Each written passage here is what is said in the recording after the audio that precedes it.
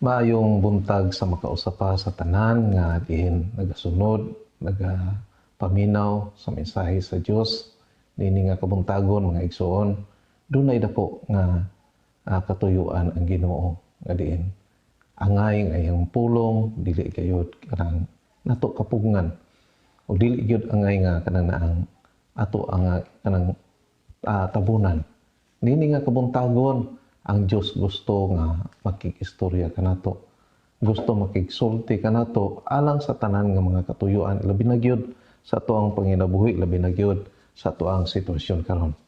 Apan igsuon tuguti nga before ta mamalandong sa pulong sa Dios, moadto na kita sa mga pagampo mananghita sa Ginoo, gistong pagtuon sa iyang mga pulong mananghita kaniya, mangayo ta kanin sa iyang presensya nga mag-uban kanato, magtudlo kanato nini butagon. Ginoo, labing gamhanan ka nga angay nga diin kapasidunggan sa among matag usa ka kinabuhi.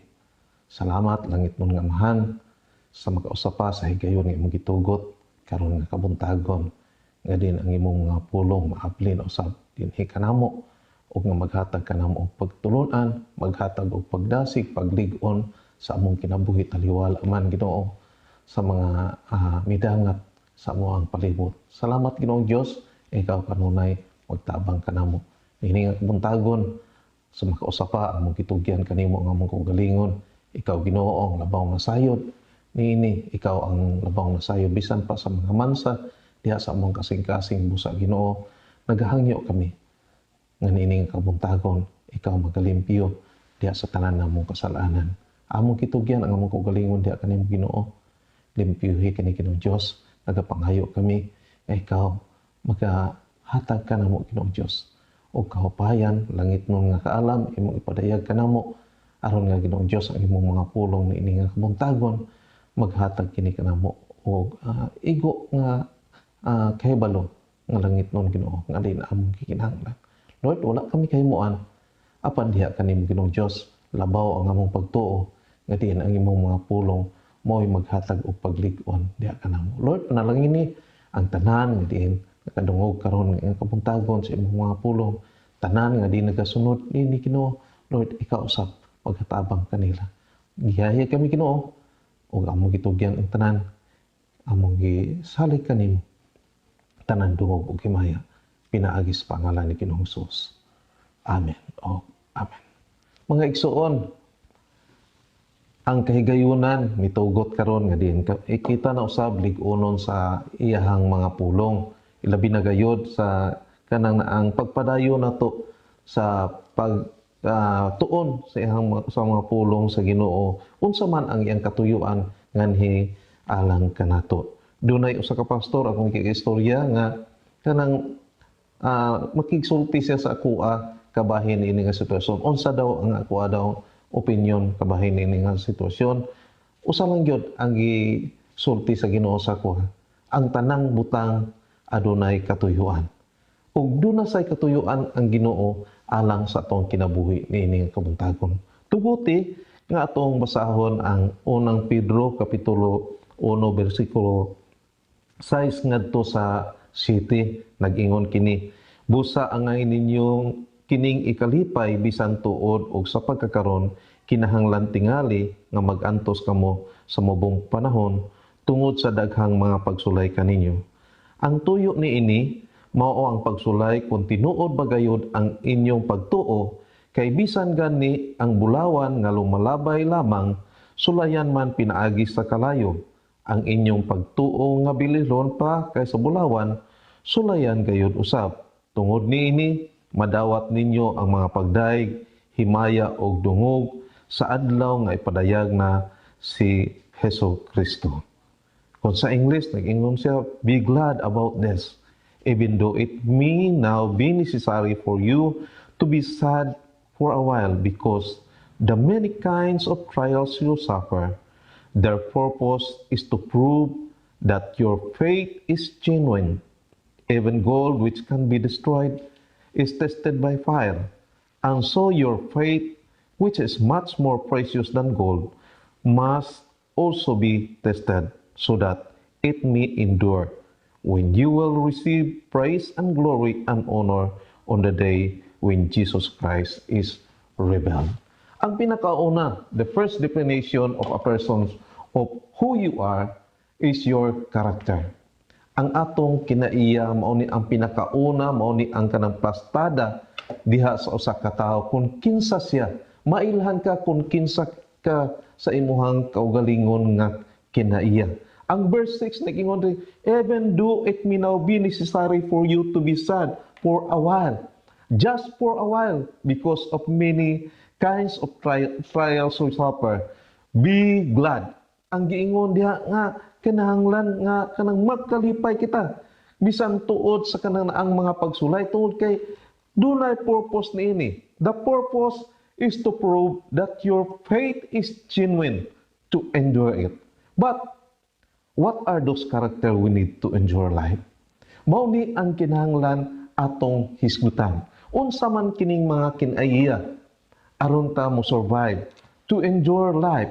First, the character of shifting. The character of shifting makita nato sa 2 Corinthians chapter 4 verse 16 to 17 nag-ingon dinhi, for this reason we never become discouraged, even though our physical being is gradually decaying, yet our spiritual being is renewed day after day. And this small temporary trouble we suffer will bring us a tremendous and eternal glory much greater than the trouble. So, makita na ito na diha ang the character of shifting, to shift to an eternal, from external perspective to eternal perspective. Usahay mo abot ka nato, labi na kining kalisod karon, pero gikinahanglan dili ta ni ana madiskuryo, dili ta ma-discourage. Don't be discouraged. All of the outward things we work so hard to achieve is temporary. The things we see are just tiny fraction of the big picture that God says. But who we are? Kinsa ka diya sa tubangan sa Ginoo? Our identity in Christ. Our identity as the big picture in Christ. Kung kinsa ta, mao na ang pinakadako nga dagway diha sa tubangan sa Ginoo. Kana bang sa ato ang pagkinabuhi, kanang sa ato ang kinaiya ba? Are we becoming patient, loving, joyful, peaceful?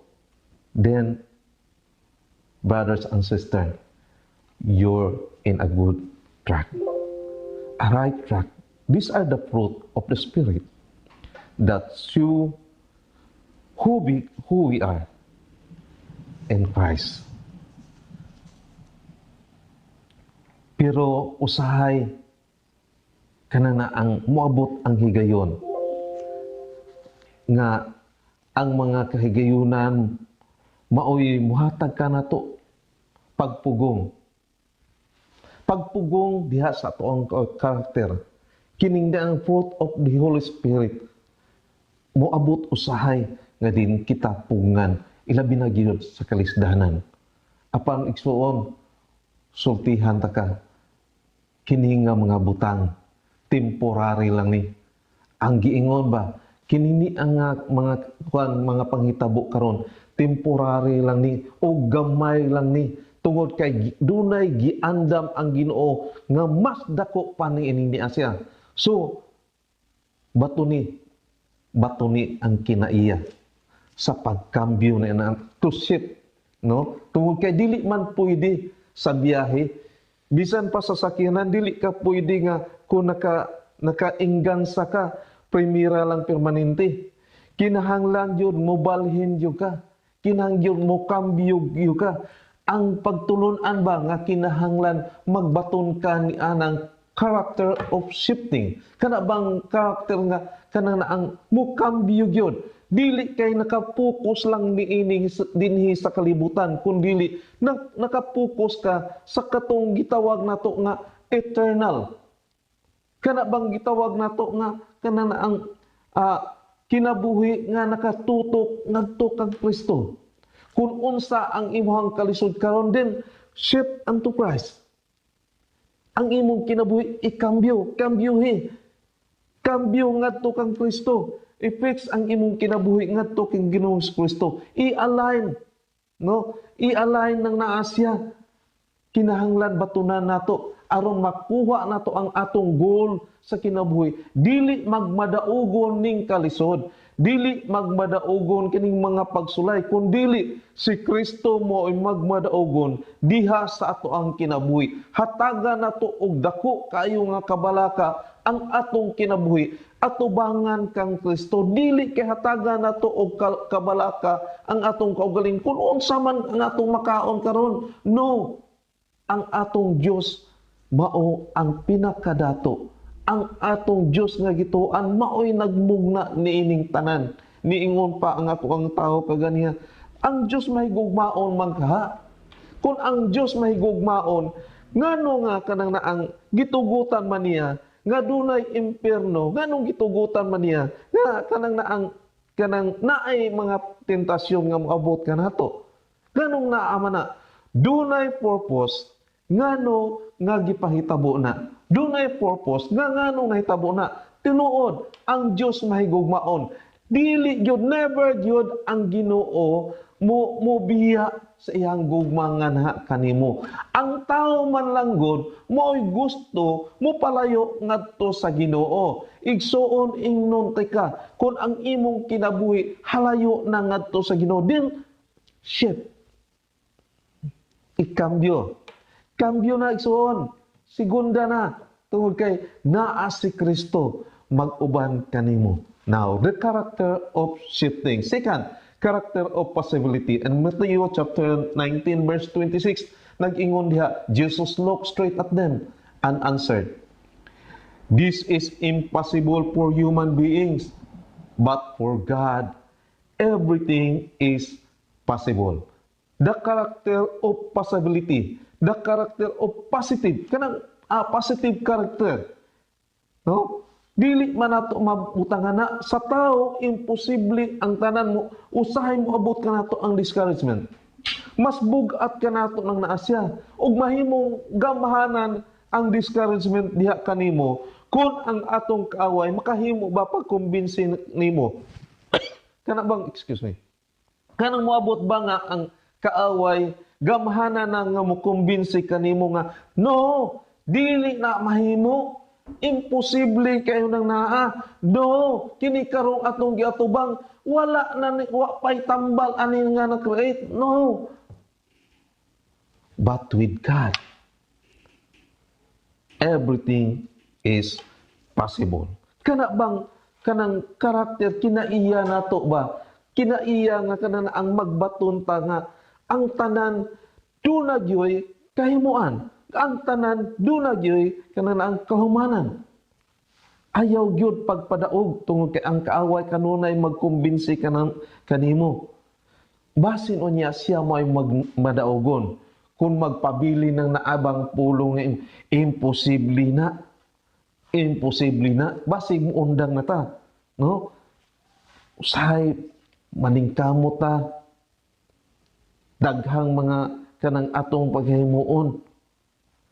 Apan igsuon ingnon teka, unaha pagkumbinsi ang imong kaugalingon. Unaha pagbaton ang kinaiya, nga kanang kinaiya ba nga positibo kanunay. The character of possibility. Kana ba mao kanay kinahanglan nato kanang batunan ng Asya. Whatever it is, it's possible. Our God is a God of miracle. Not just miracles that happened in the past, but miracles that happen today. Ask, seek, and knock. Lean into Jesus Christ. Lean into His strength. Kana ba yung gingon nga, if you tried 100 times, then make it 101 times. Giving up is the only way to fail. Kung muundang ta, pildig ta. But for God, everything is possible. With God, everything is possible. Third, the character of transformation.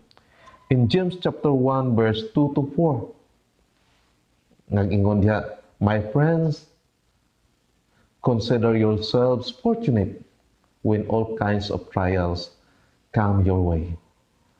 For you know that when your faith succeeds in facing such trials, the result is the ability to endure. Make sure that your endurance carries all the way without failing, so that you may be perfect and complete, lacking nothing." Kanang wala joy magkulang. Kana bang karakter nga kanang naang muusab, no? Niingon dito, make sure that your endurance carries all the way without failing. No, so wala joy kanang pagkapakyas. Be perfect and complete. Keep going to be transformed. Kanang mupadayon jud. Kanang giingon ba nga perseverance changes our character. Tama ba? Ang paglahutay daw, muusab daw diha sa taong kanang kinaiya.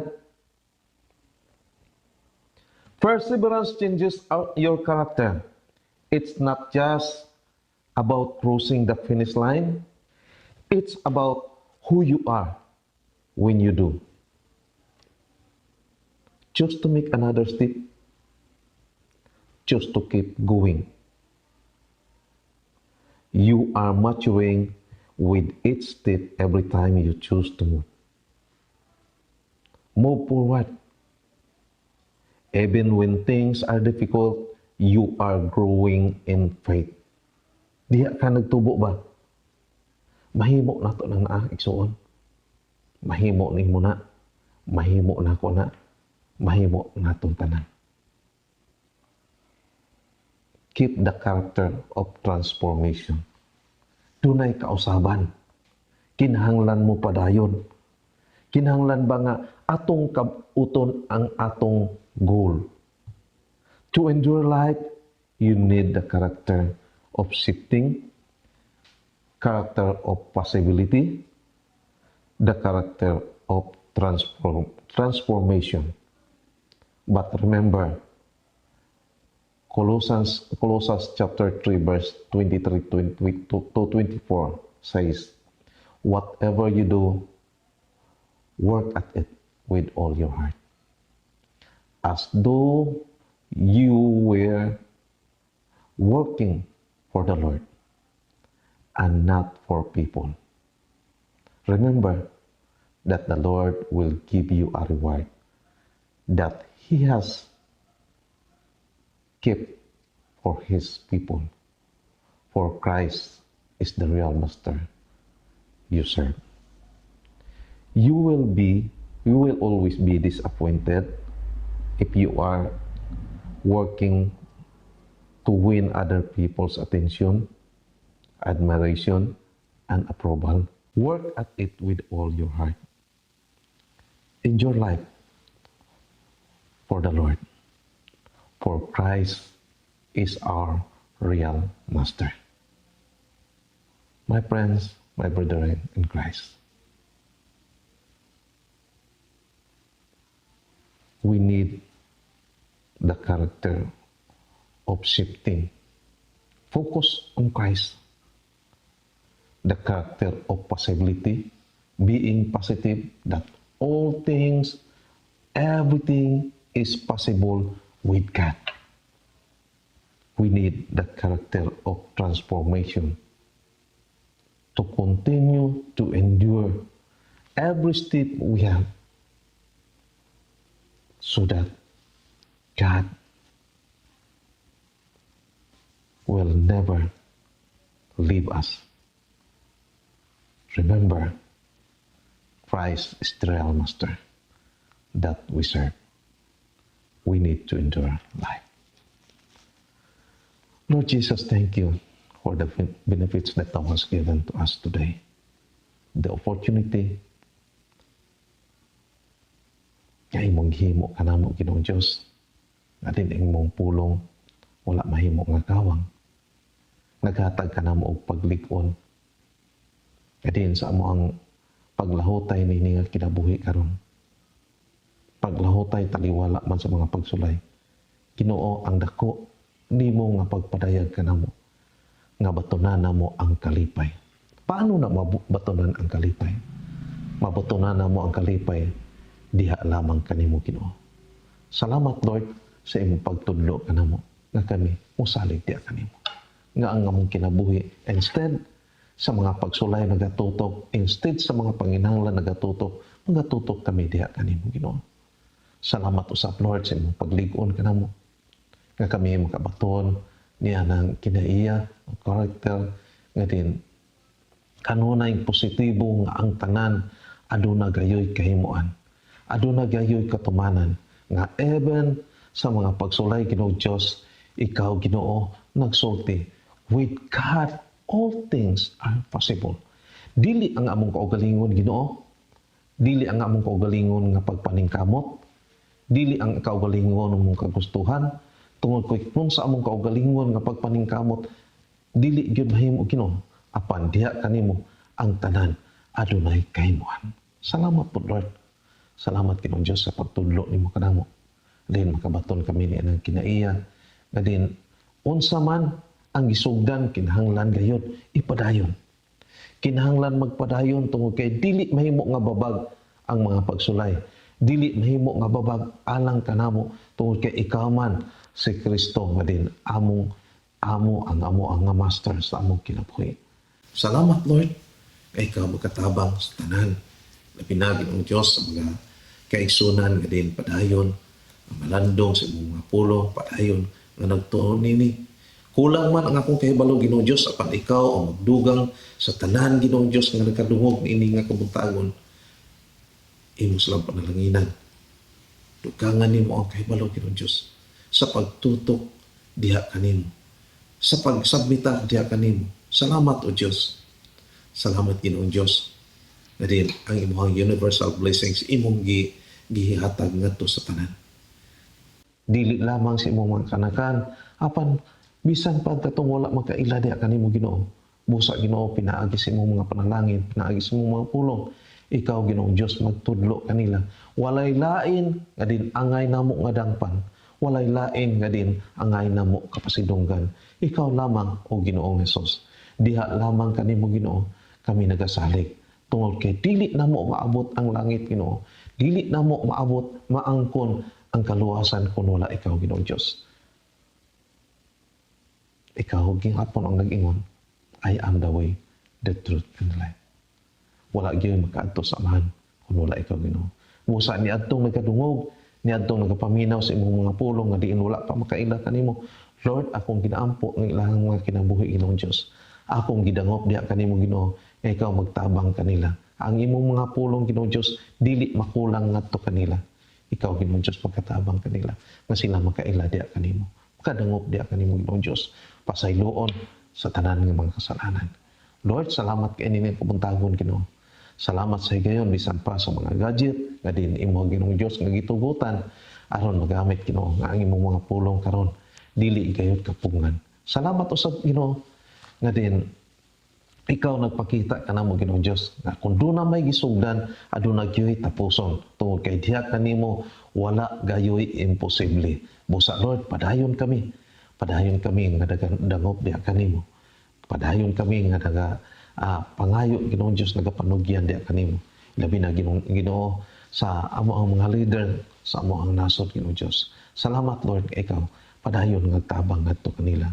Sa mga frontliners salamat Ginoo ikaw kanunay naglig-on silang kinabuhi naghatag og kadasig Ginoong Dios. Naaman Ginoong Dios ang mga balita sa media nga din walay pagkauyon apan Ginoo diha kanimo Ginoong Dios wala gyoy imposible.